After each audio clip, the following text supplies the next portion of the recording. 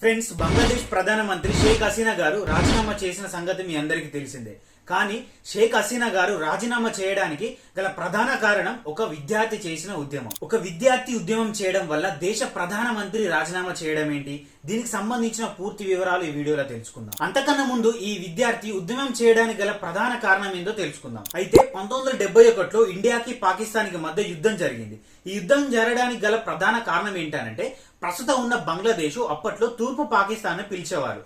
పాకిస్తాన్ వాళ్ళు ఈ తూర్పు పాకిస్తాన్ కి మన ఇండియా మీదుగా వెళ్లేవారు. వెళ్లేటప్పుడు మనపై బాంబు దాడులు చేసేవారు మరియు ఈ తూర్పు పాకిస్తానీయులను నీచంగా చూసేవారు. దీనికి తిరుగుబాటుగా 1971లో యుద్ధం జరిగింది. ఈ తూర్పు పాకిస్తానీయులు కూడా ఈ యుద్ధంలో పాల్గొన్నారు. ఎందుకు పాల్గొన్నారు అని అంటే వీరికి కూడా స్వతంత్ర దేశం కావాలని పాల్గొన్నారు. దాని తర్వాత బంగ్లాదేశ్ ఆవిర్భవించింది. ఎవరైతే యుద్ధంలో పాల్గొన్నారో వారికి అప్పటి ప్రభుత్వం ఐఏఎస్, ఐపీఎస్, ఐఆర్ఎస్ లో వీరికి రిజర్వేషన్ ప్రకటించింది.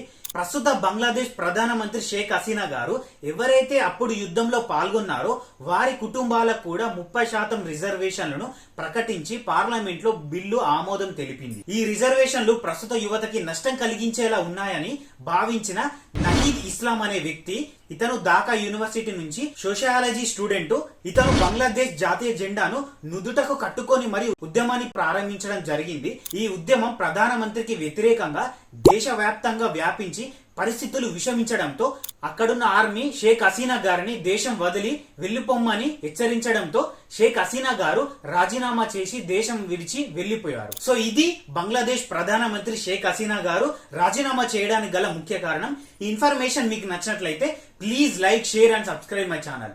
Thank you.